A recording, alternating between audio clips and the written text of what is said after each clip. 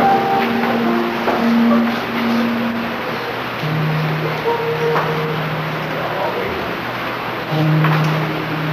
have the awesome privilege on behalf of the invisible, immortal, and only wise God to welcome you to church this morning.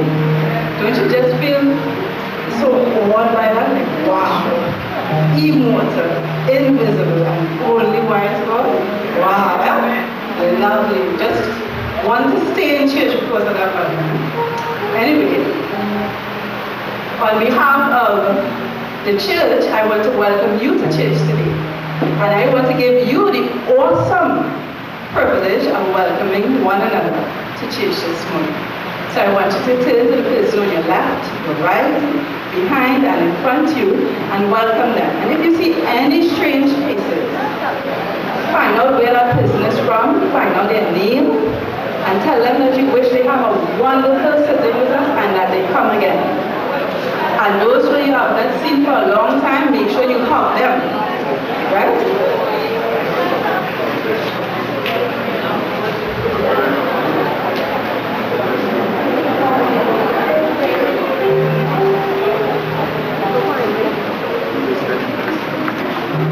All of us supposed to feel welcome. Nobody didn't come and welcome me though. I hope that you enjoy. Somebody welcome you. You're so welcome this morning. Anyway, I hope you enjoy your sitting with us this morning and that you will learn, and what you learn you will apply it to your life, and that you will share it. Don't forget, share it with others so that God's coming to be even sooner, and we will be there, right? And sharing, we will be there. So now we're going to sing about the immortal, invisible, and only wise God. Anybody can guess which song that is? Number 21, right? So we're going to stand and sing as our chorister leads us out right now.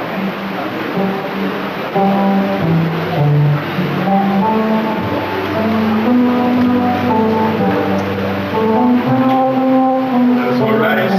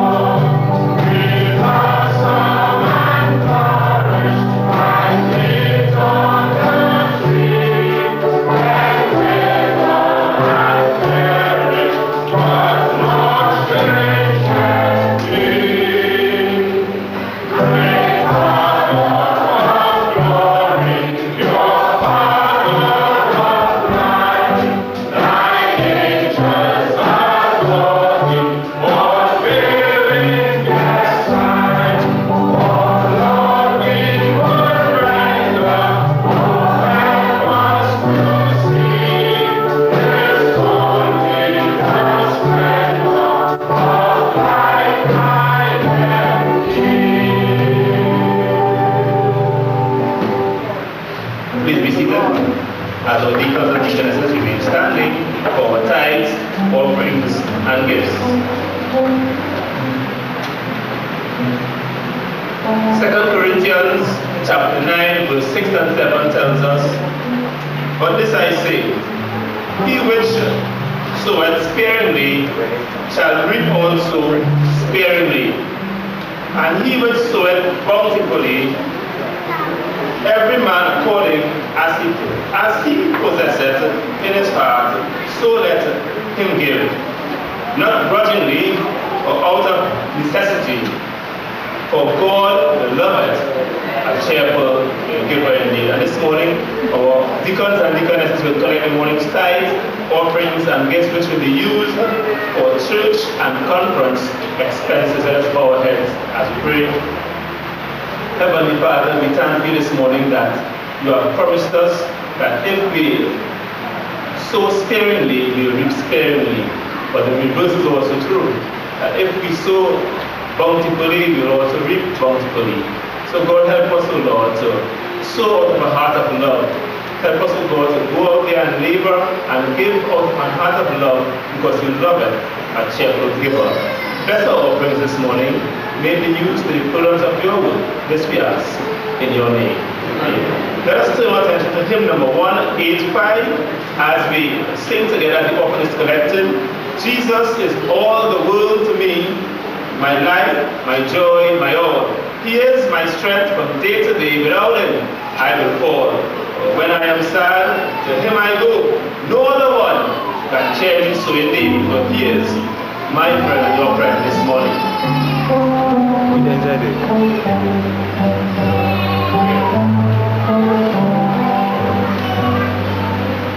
Jesus is all the world to me, my life, my joy, my all. He is my strength from day to day. Without him I will fall. When I am sad, to him I go. No other one can cheer me so. When I am sad, he makes me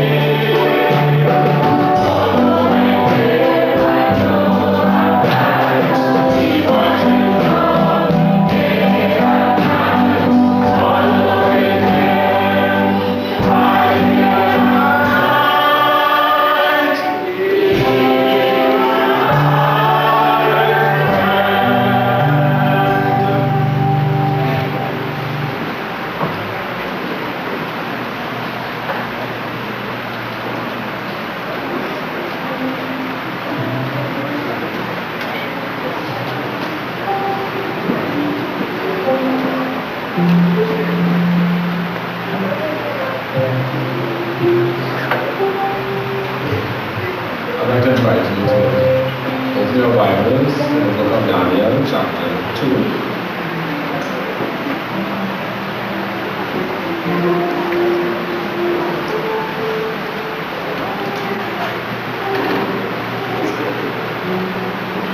I'm reading from verses 20 through to 22.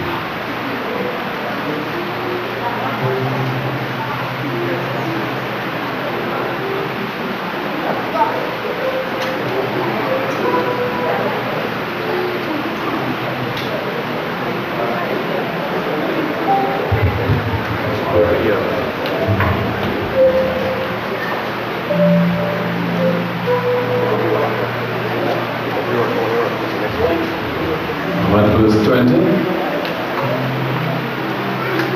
Daniel answered and said, Blessed be the God, the name of God forever and ever. For wisdom and might are his. Verse 21. And he changeth the times and the seasons. He knoweth kings and he removeth kings and setteth up kings. He giveth wisdom unto the wise and knowledge to them that know understanding. Verse 22. He revealeth the deep and secret things. He knoweth what is in the darkness, and the light dwelleth with him. As we prepare for prayer, we can meditate on these words.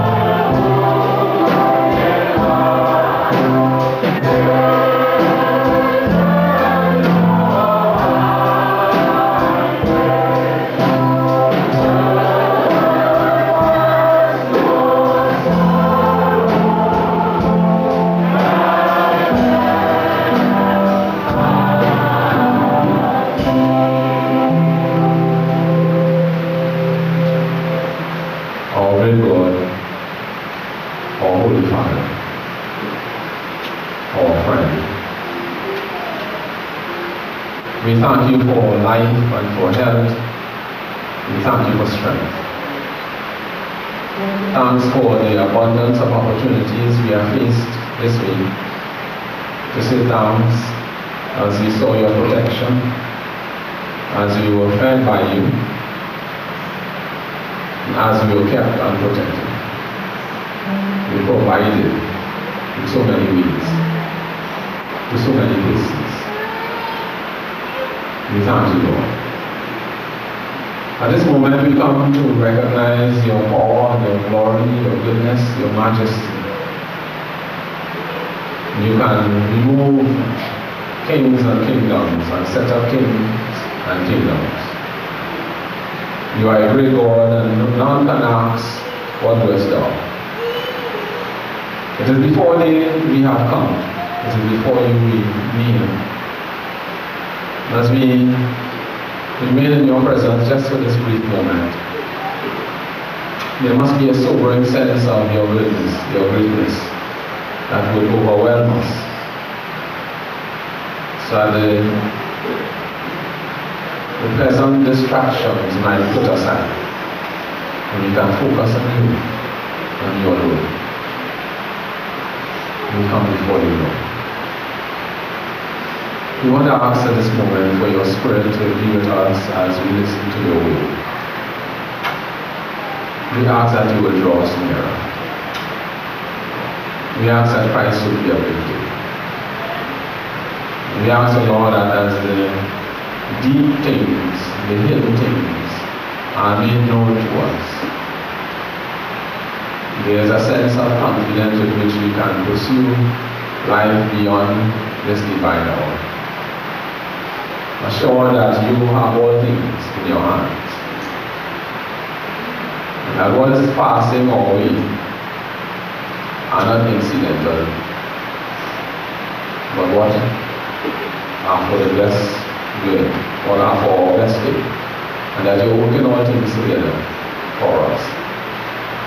We thank you, Lord, that no one can do anything against us but for us. You are determined to ensure that we are blessed in every way, and that there is nothing can separate us from your love. No height, no depth, no things to come, not even the present things. No angels, not even the seen or the unseen.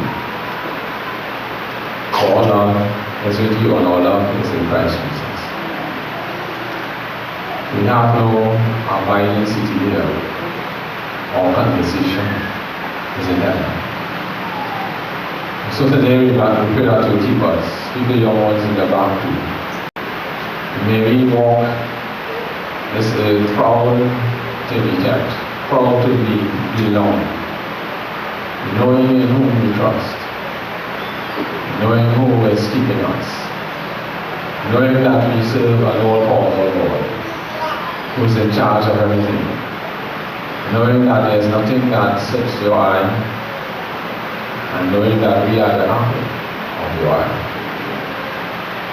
And so we crave your divine presence, and we pray, Lord, that you will impress our hearts and lead us to imbibe the truths that will lead us to live better lives, more mature lives, lives that are akin to the professionalism that is of heaven, lives that will uplift us and those around us, lives that will bless us and those around us and those depending on us, lives that are like the salt of the earth, preserving those within the sphere of our influence. May we live for you, to uplift you and to glorify you. These are the mercies we ask. In Jesus' holy name.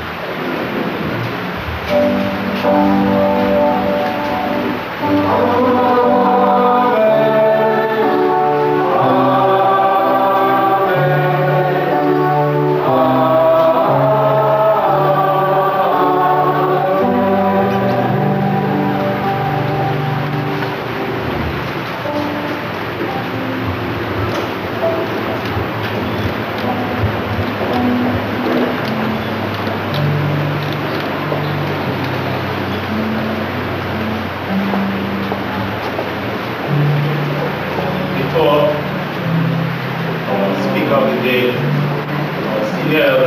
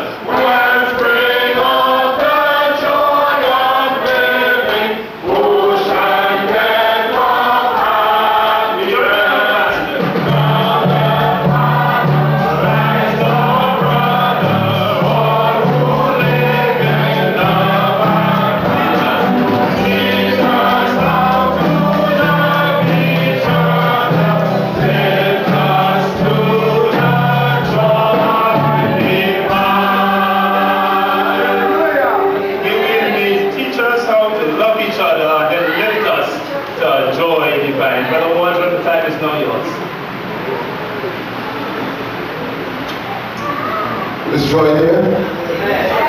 Is joy here, brethren? In the presence of Jesus is the fullness of joy. I want to say to you this morning, if you are not experiencing joy, the songwriter says, if you want joy, real joy, wonderful joy, do what? Let Jesus come into your heart. I want to remind you this morning, there are people who are out there who would want to steal your joy. So I want to encourage you to keep focused, to keep your eyes upon Jesus. Because as I said, with him is the fullness of joy. And Jesus wants us to have joy. He had put everything in place for us to have joy. In fact, we are told that even in tribulation, what's supposed to happen? Joy even in tribulation. So I want to encourage us, brethren, as we recognize that homecoming is closer than we have ever been before. Don't allow anybody to steal your joy. Keep holding on. Keep focusing. So that when that day comes, and what the day is going to be, brethren, do you reminisce on it? Do you spend time thinking about that day? All that we are doing, worshiping and on the field and whatever, is in the hope of that day. Everything is surrounded. What the day is going to be. In fact, the Apostle Paul reminds us that it can't come into mind what it's going to be like. Would you like to be there with me? Is it your joy? Is your desire to be there? You're not sure. You're getting quiet on me. It's going to come. But before that joy comes,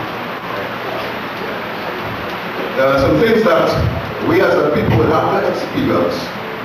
And I pray God this morning as we study together that we will see his face daily so that he can guide us and stay us to the end.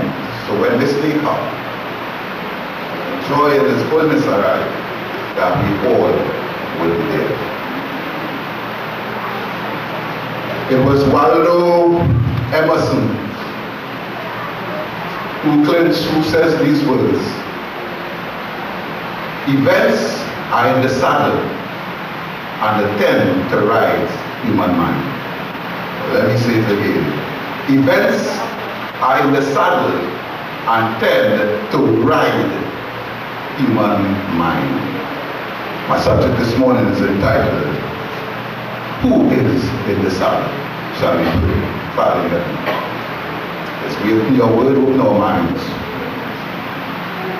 Bless us with an understanding so that we can recognize the time, and more than that, who's in charge, who controls in our breath and in our ways.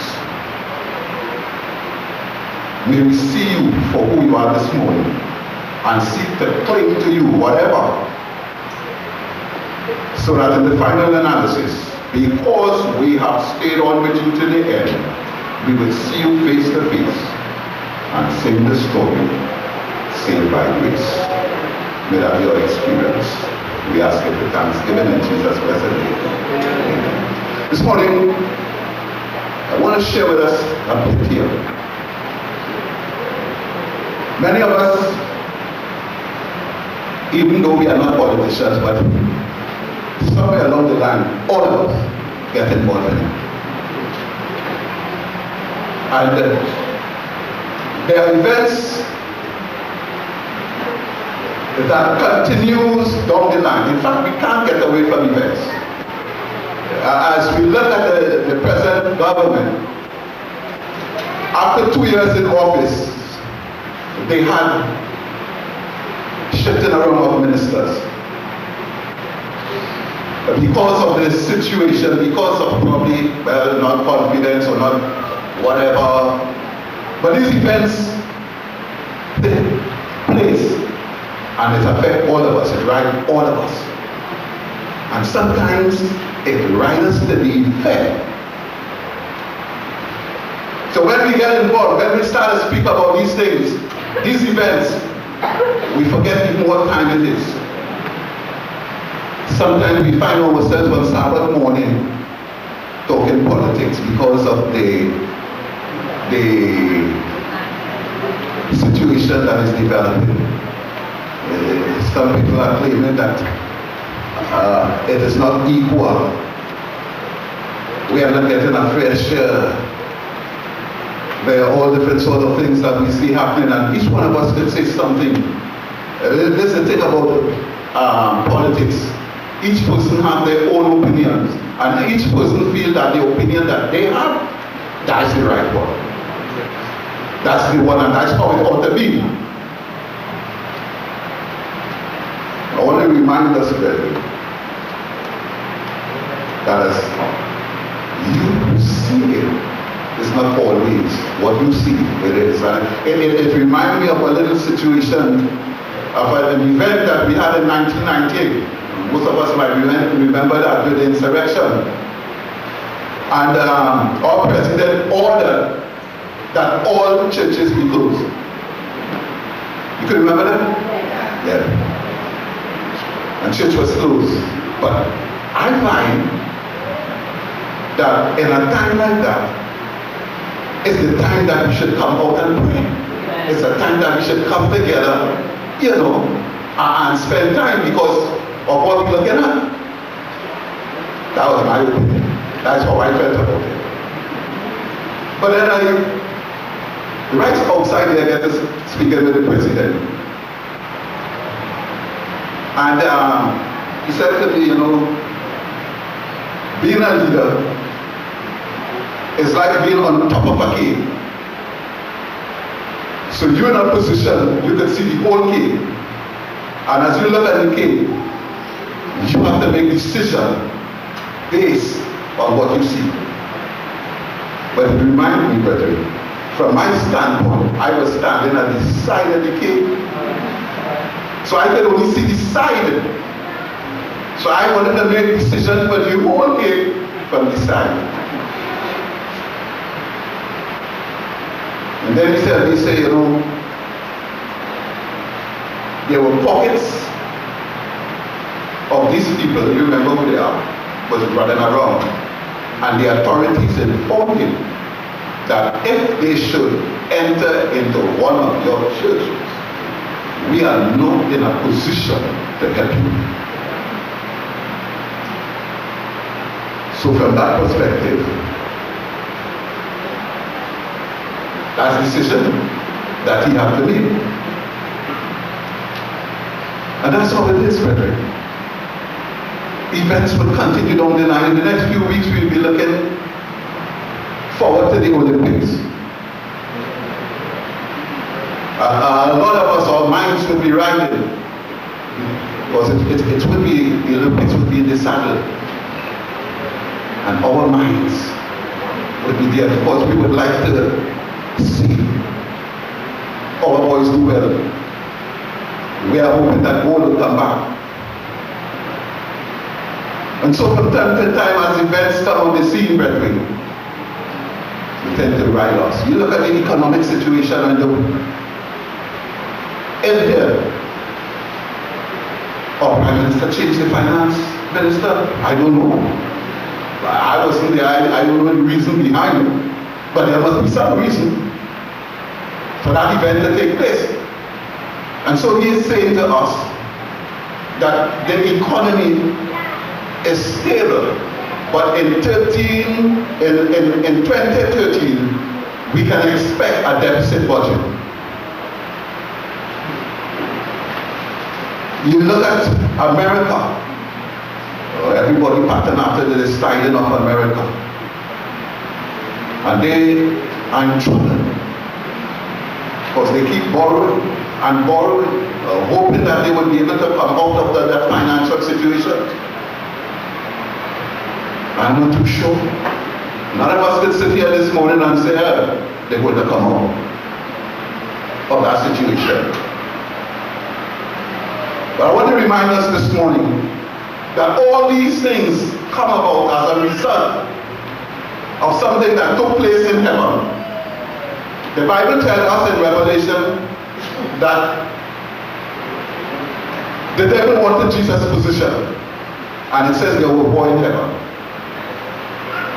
And Jesus and his angel, or Michael and his angel fought, and the devil and his angel fought. War in heaven, in the very presence of God. And so he was cast out, and there was no place for him. And that commences the great controversy. All that we experience, the disease or you name them, the events that we encounter down through the ages, is because of that great controversy. But what will make it more difficult for us who are here is our forbearance.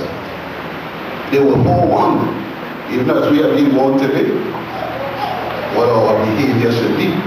They were warned not to separate from each other. Somewhere along the line, you find yourself drifting. And what an opportune time. But when he was cast out, it's not that he didn't go other places, but he came here too. Having spoken with Eve and agreed with the condition, Adam made his soul out. And so he made his home here. He beside he and his entourage have made here their home. From here they operate. And so we have a controversy that is going on between good and evil, between right and wrong, and will continue to the end. But I want to remind you too that among all these play and counterplay that is taking place, the prophets keep reminding us that there is someone else in the sun. From time to time, they keep reminding us there is someone else in the sun. Take your Bibles and turn with me to Daniel chapter 5.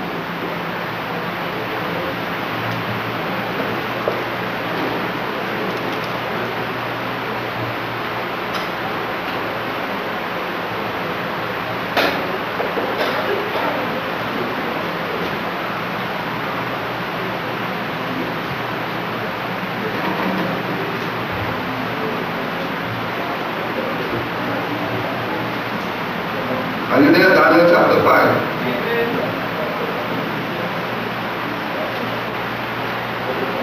I want to read in your hearing from verses 20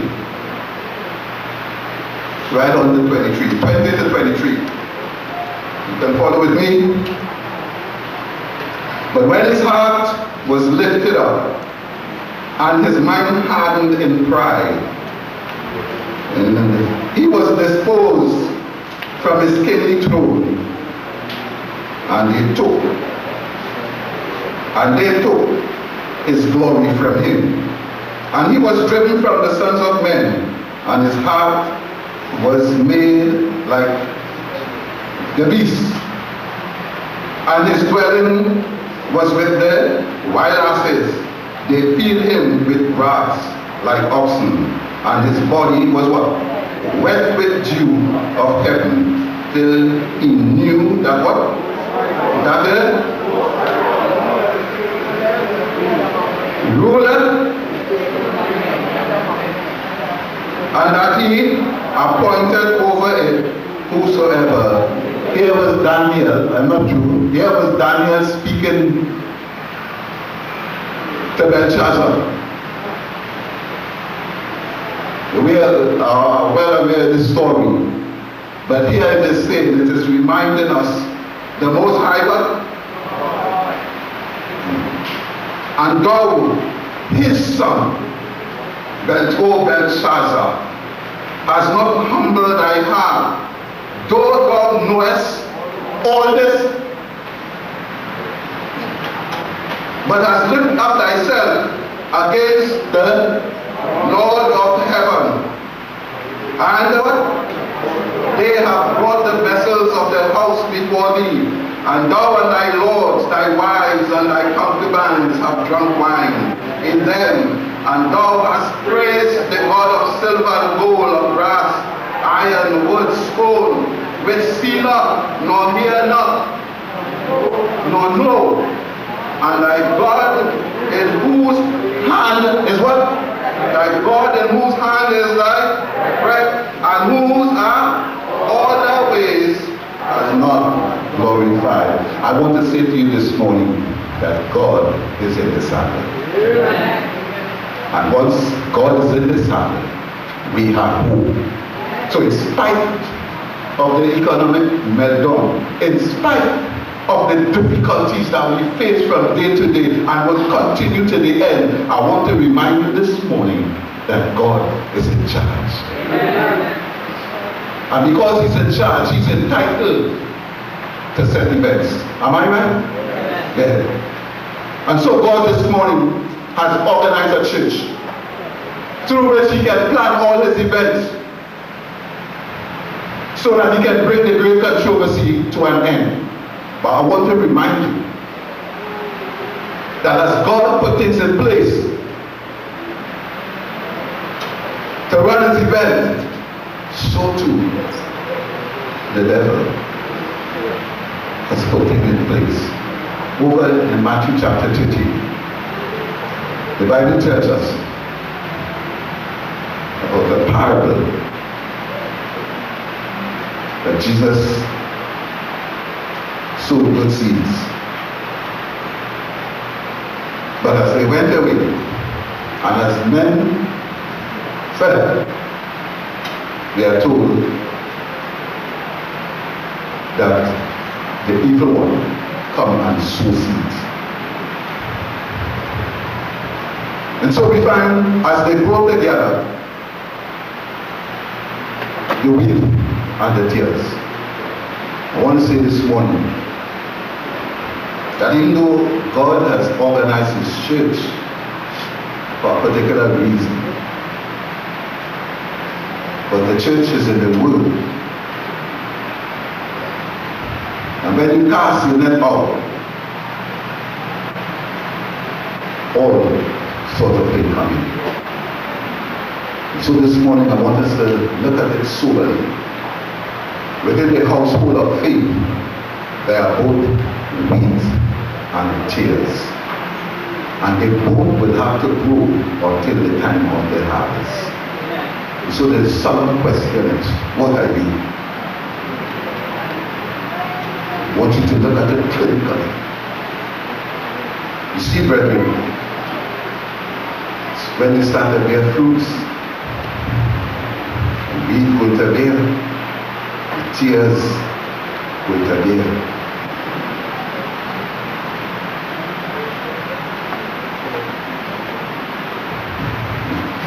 And so I want to warn us all this morning. God has organized his church and has given his church a message that nowhere else that except in the Adventist church you can hear that message. There's nowhere else. You take your Bible and turn to Revelation chapter 14. Looking at verses 6 to 12. This is one of the events that God has organized and has called on every one of us who has accepted him as a Savior to join and to be a part of this message.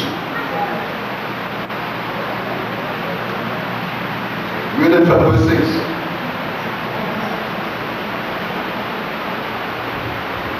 And I saw another angel flying in the midst of heaven. And flying in the midst of heaven represents what? Urgency. So the message is what? It's an urgent message. Having the what? The everlasting gospel to preach unto them that dwell on the right? To everyone, nation, kindred, and tongues, and what? And people. This message is a worldwide message. This message needs to go with urgency. And so God has organized His church to proclaim this message. And brethren, we are organized. I want to let us know this morning that the church is organized. But the problem is whether you and I want to be a part of this organizing. You will hear people say that the Spirit has left the church. The Spirit isn't present. You will hear people say that the church is Babylon. I want to remind you that this is God's church. And in spite of what you and I are seeing, in spite of the tears, let me remind you that the gates of hell will not prevail against this church. And even our servant, as she reminds us, yes, there will be war because there are tears. But we are also reminded that the church militant, because it will be a battle, fierce battle, that the church militant will eventually become the church triumphant. So I want to encourage you, in spite of what you hear, here is where you belong. Don't let anybody misguide you, brethren. You see, the devil has fears that are here with a message too. You look over in Revelation chapter 16. Let's look at chapter 16.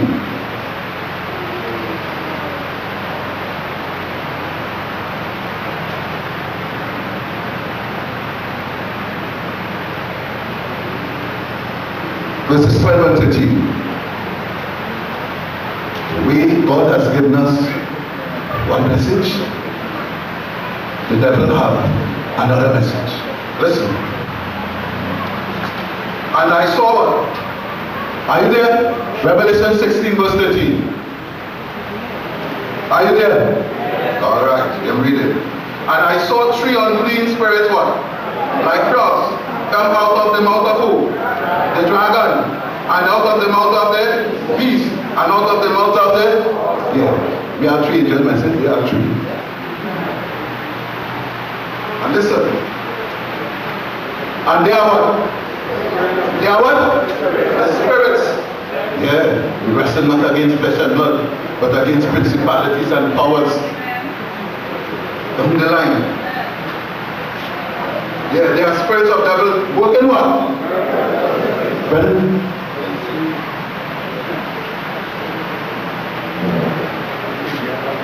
We need to look at that. How many of us just, I love miracles.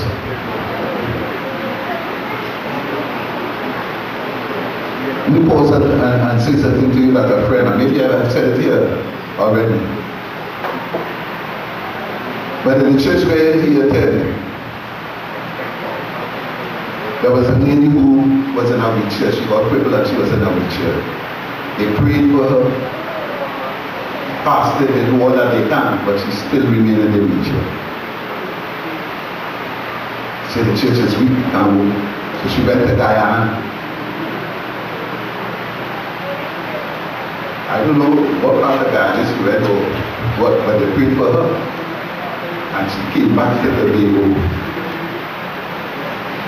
Not on no wheelchair, she came back to Tobago walking. So she started with a society church, brethren. Oh, we don't have any power. The pastors and the elders came together, brethren. And they prayed and they said, Lord, if it is you that heal her, let her remain walking. But if it is not you, put her back in that wheelchair. And he hastened to say, she was back in the wheelchair. I'm not saying that miracles is good, but we need to be careful. If you are one who only looked at miracles, you could be in trouble, you could be deceived. And this is how, brethren, because we need to understand this thing clearly. before the real revival, there's going to be a false revival, and miracles will be what? The devil, it will be so fierce.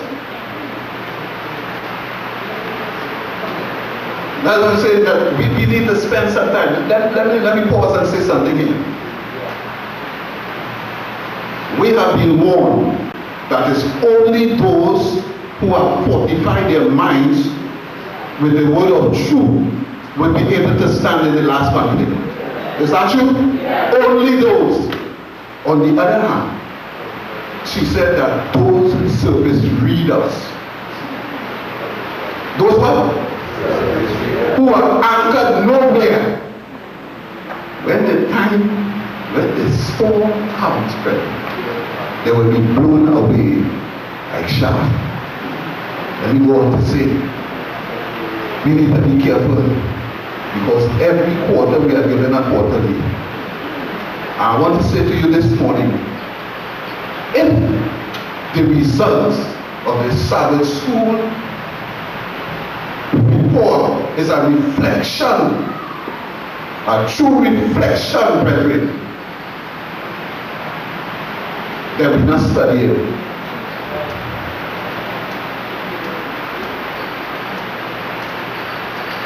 And we continue. Every time that we spend watching television, every time we spend playing video games, if we could utilize some of this time in the study of God's word, I want to say to you, as a church, we will be further advanced.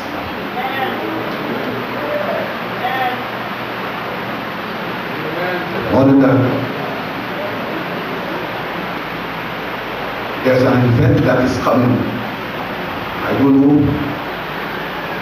if it already started,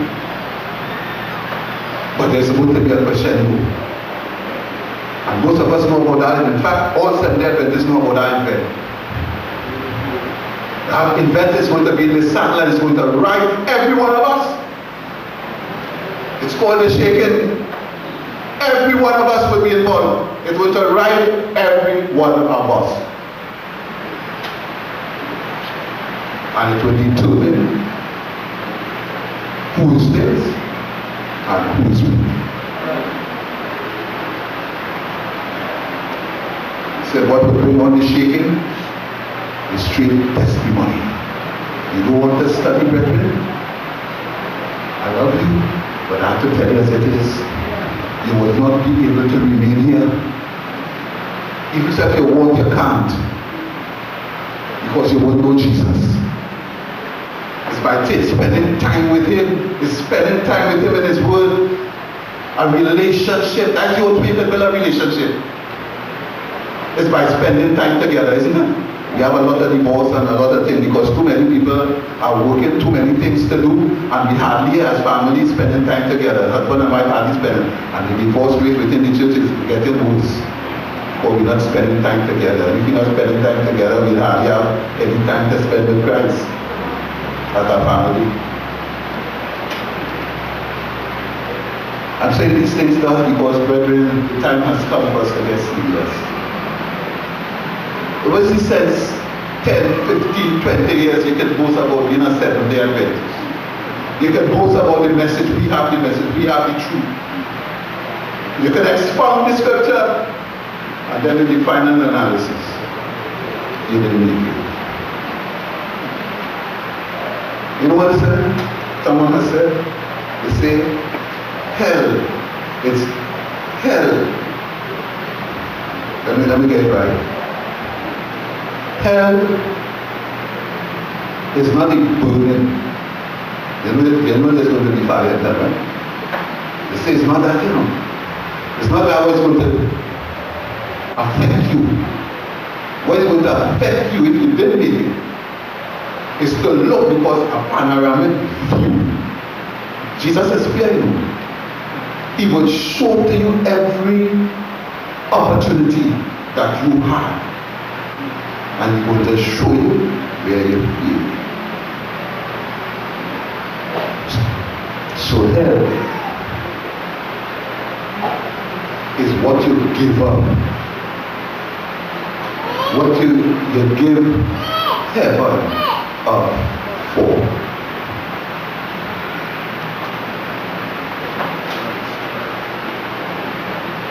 I was carrying an invitation to someone who was a Seventh-day Adventist, but they have backslidden.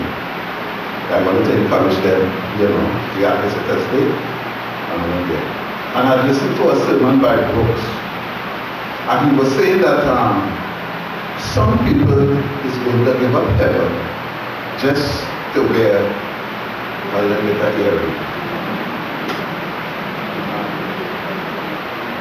I just listened to the sermon and I carried this invitation to the lady. She took the invitation and we started chatting and things. And then she said to me, let the saints go to heaven. I'm going to wear my hair. Ready? My blood run cold.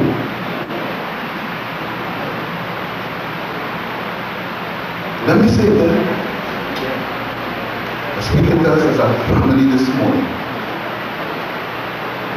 There's something that worries me. In that, because of how God made us, we can override our conviction and do something else. And so all of us this morning, all of us are work in progress. All of us have faults. And this is hindering the progress of Godhood. Because let me tell you something, there are a lot of things, I can't say everything this morning, but this church, brethren, is blessed. This church has some events that are going to take place coming down to the end. And if you remain, brethren, none of us sitting here can know what will become in the hand of God. We're under the influence and power and guidance of the Spirit, and it's going to take place. Then miracles will be important. When we all come under the influence and power, when the Holy Spirit of God is poured out, we'll be moving from place to place. It is said that children who was forbidden by their parents, husband and wife, who, because of differences, won't make it, says nobody can stop anybody that time. When the Spirit of God is poured out, brethren, we'll be moving. Listen, you will reach to the place like the disciples of who? The Bible said that they love not their life unto death. That doesn't matter. All you see is the work of Jesus. To carry this gospel to the end because you want to see him come. But this gospel of the kingdom must be what? Preached to all. You ever stop to wonder how far it is? How far it has reached? And based on that, what kind of preparation are you making? Or how are you involved in it? These are things we need to look at clinically. Coming home now.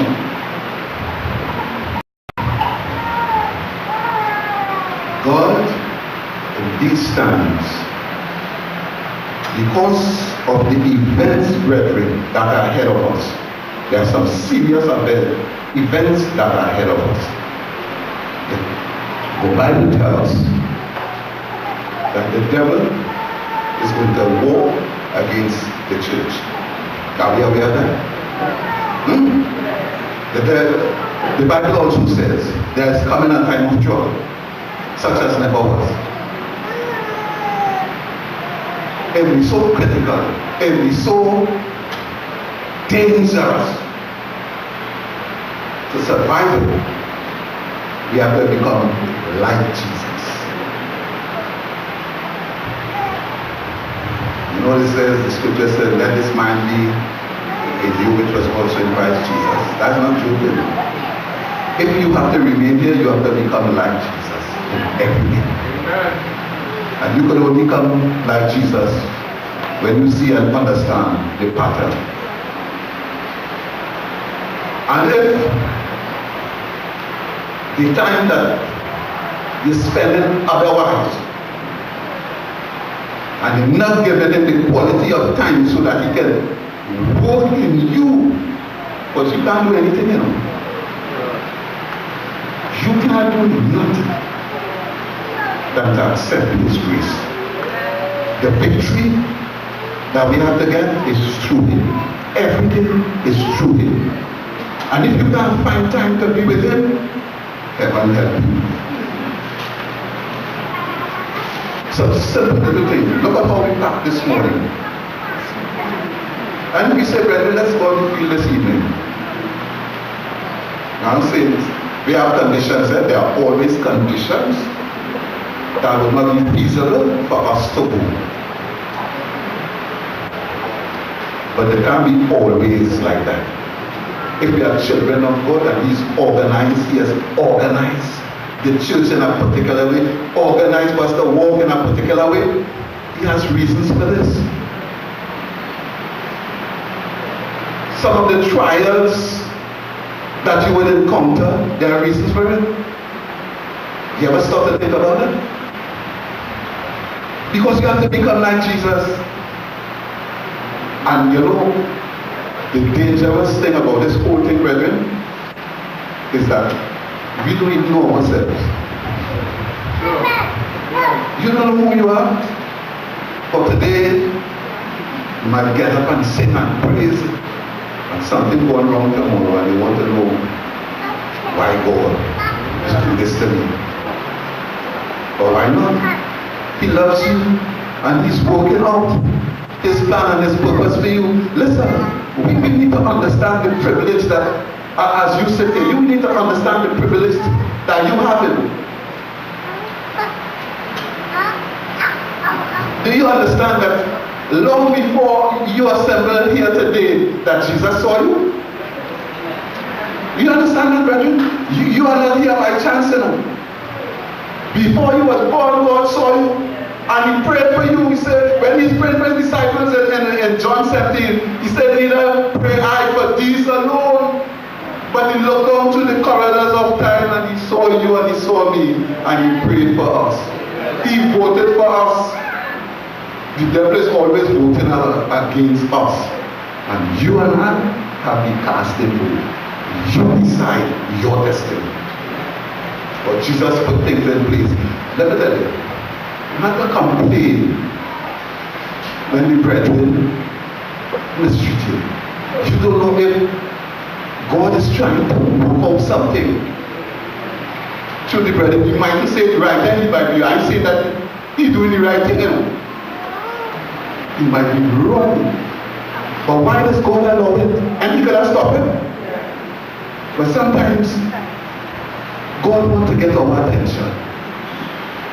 Sometimes that's the only way. By mistreatment. Because He has something He wants to share with you. And He wants to take you from there so that you can pray for that brother. So even in his wrong ways, He can make it right. Listen, there's going to be a lot of place and counter place, because God don't want none of us to be lost in Him. And whatever He has to do, He's going to do it just the same. But let me be honest, God have a problem with a lot of us.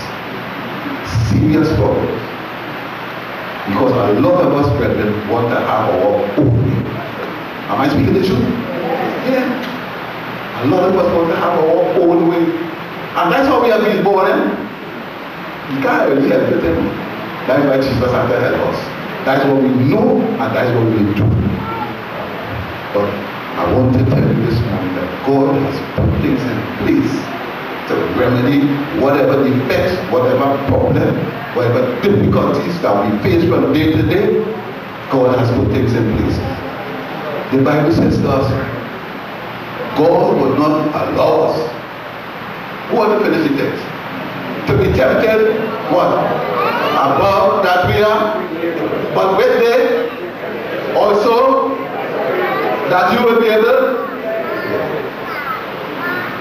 have to make sure what comes to you is your size.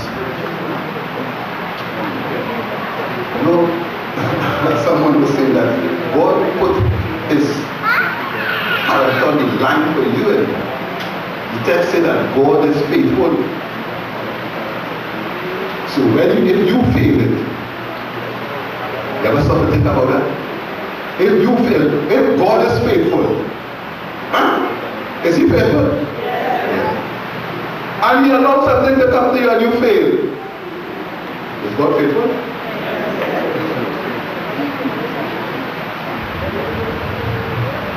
But you know, you put this character on trial because if he said he's faithful and he said he would not allow you to be tempted above, so it's your side.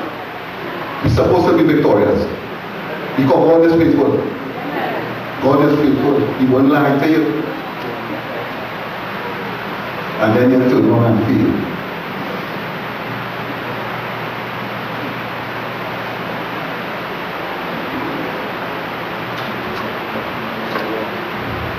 I wanted to say to you, brethren, God is faithful.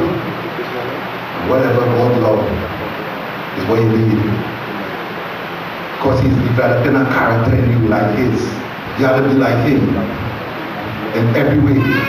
Why he wants you to be like him? Because we are expecting the other event we are expecting, brethren, is the outpouring of the Spirit, the latter rain.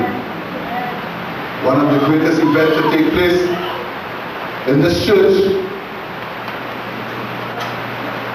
And as I said earlier, brethren, none of us could estimate under the influence and power of the Spirit what we will do. We are told that miracles will be wrought, the sick will be healed, no more wheelchair. There's a glorious day, brethren, awaits us. God wants us to be faithful, brethren. God is doing everything. He is working behind the scenes. The play and counterplay is for us because he's not willing that any should perish, but that all. God doesn't call people and call it George. He wants to finish whatever he started. In fact, we are told that he's going to present us blameless before the throne of grace with what? Exceeding joy. That's why I said, don't let nobody steal your joy, brethren.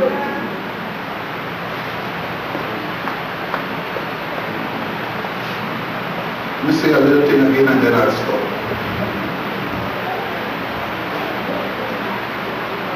Sometimes people feel when you see certain things that you are targeting.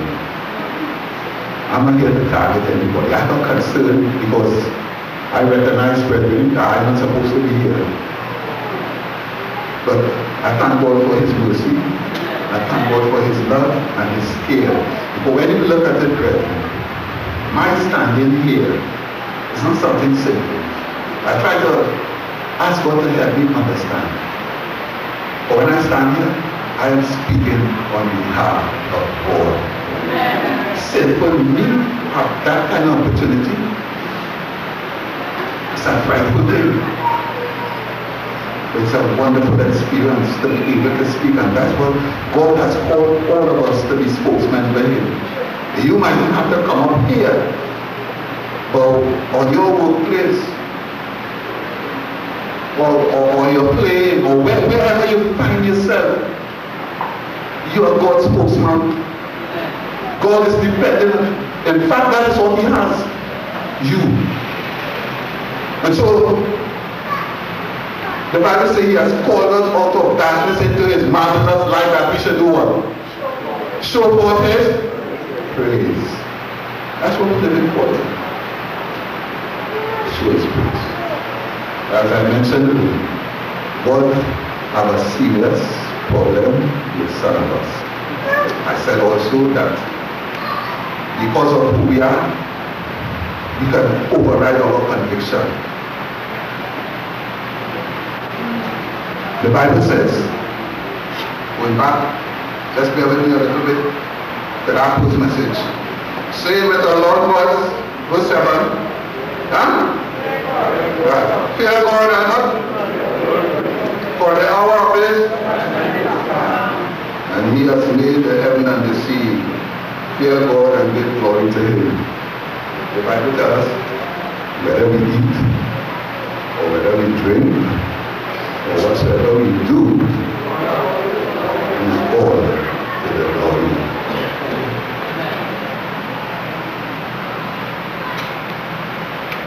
God wanted to, let me put it this way. In times like these, God is making a special people. Because the people who have to stay through the time of trouble and hold fast their profession of faith to the end is not an ordinary person. That person has to be supernaturally strong. Huh? Because we're talking about when Daniel said, listen, it can't come into mind what this church will be up against. You can't think about it. So it's only God could make you what you ought to be to go through that time. And so he has sent messages after message after message, warning after warning after warning, so that he can accomplish his purposes. Like Israel of old, he hadn't paid any heed to God's message. God told Israel, listen, I wouldn't bring any of the diseases that I brought on the Egyptian if you follow my health plan. At the time, when we was going through the wilderness, we are warned that not one of them was sick. Because there was harness.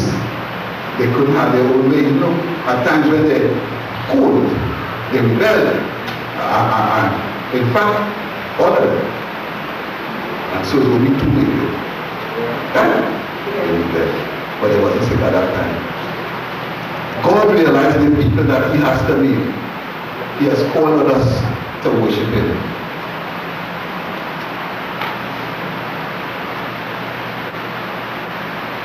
You are with us? He has called us to worship him. Because whether you like it or not, all of us is worship.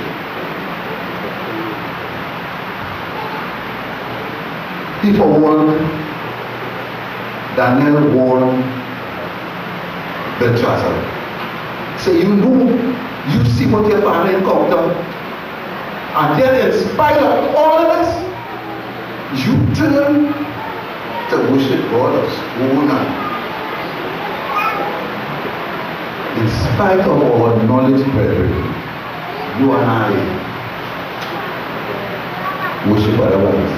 And not tell you the danger of this thing is that it could be anything. Anything you put above God, because he said worship me back. Anything, let me emphasize, anything, good, bad, or that you put in front of God is become your God.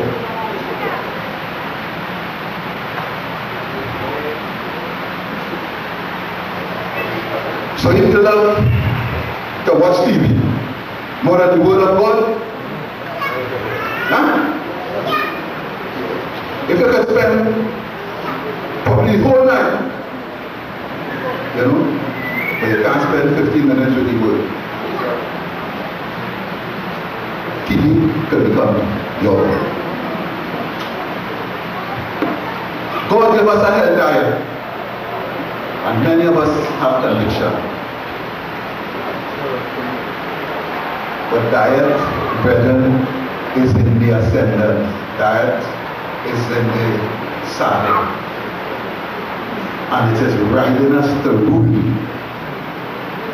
And in spite of all that he's saying to us, we're not changing. Let me tell you the dangers. When you fail to follow God's specific plan, help for your body so that he can make you what he wants to be, the effect, like the things we put in here, what we eat and what we watch, affect our minds to the extent that we become weak and listless. So weak that we cannot even hear the Spirit speaking. And when we continue in this way, our serious brethren, because this can be very far-reaching for all of us if we do not take heed. I pray this morning that none of us has gone too far when we can't hear the Spirit speaking to us. Because you see our consistency in going willfully contrary to God outlined way for us will put us in serious trouble.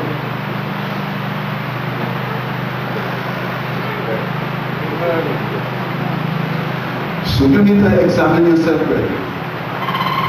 Look clinically as who in the saddle, who is in your saddle, and is riding you. What events are riding you this morning? I want to let you know that God has events that he has placed for all of us, and he's working feverishly to bring us there.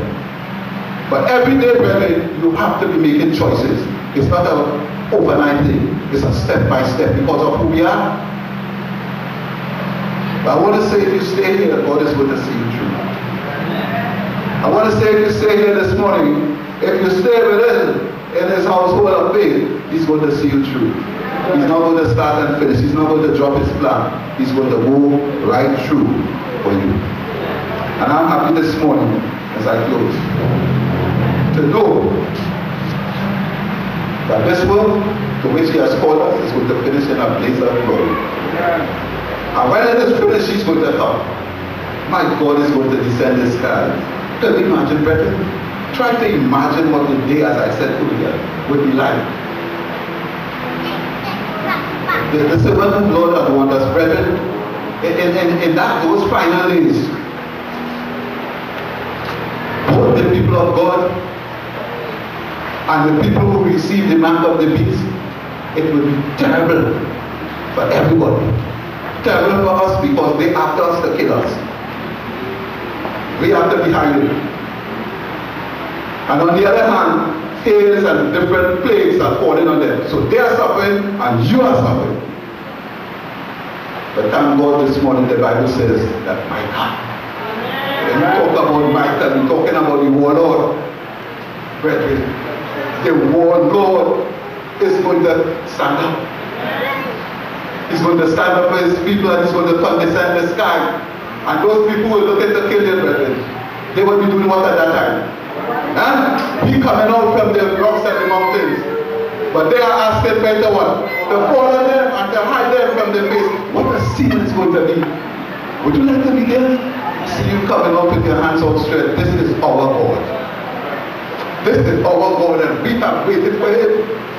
And he will save us. Brethren, your faith is not no wishy-washy thing. Your faith is something that's going to take you to a place of glory. I want to encourage you, don't let anything happen. Don't allow no false worship to get better in you. God is calling us to worship him. So sometimes when you say, brethren, let me come out on Sunday night and pray. Try to make a conscious effort. Because crucial is important. God wants to strengthen us. God wants to build us up. And when we stay away from one another, what happens? You ever stop to think about a coal pot or fire? When does the coal burn? Huh? It's only as it stays in the coal pot. It burns, but that one coal follows, what happens? It follows. When you simply stay away, you get cold, you go out. Like the foolish person, allow the lamp to go out. This is not time to let our light go out. This is time for us to be riding on King Jesus, the victory. May God help us, brethren. May God help us. And He wants to help us. He's doing everything to help us. To make sure that you find time to be with Him, so that He can correct those deficiencies and make you like Him, pour His Spirit upon you, help you finish the work in a place of glory, and then take you up to be with Him forever, forever, and forever. May that be our experience when God shall put in His appearance for all of us.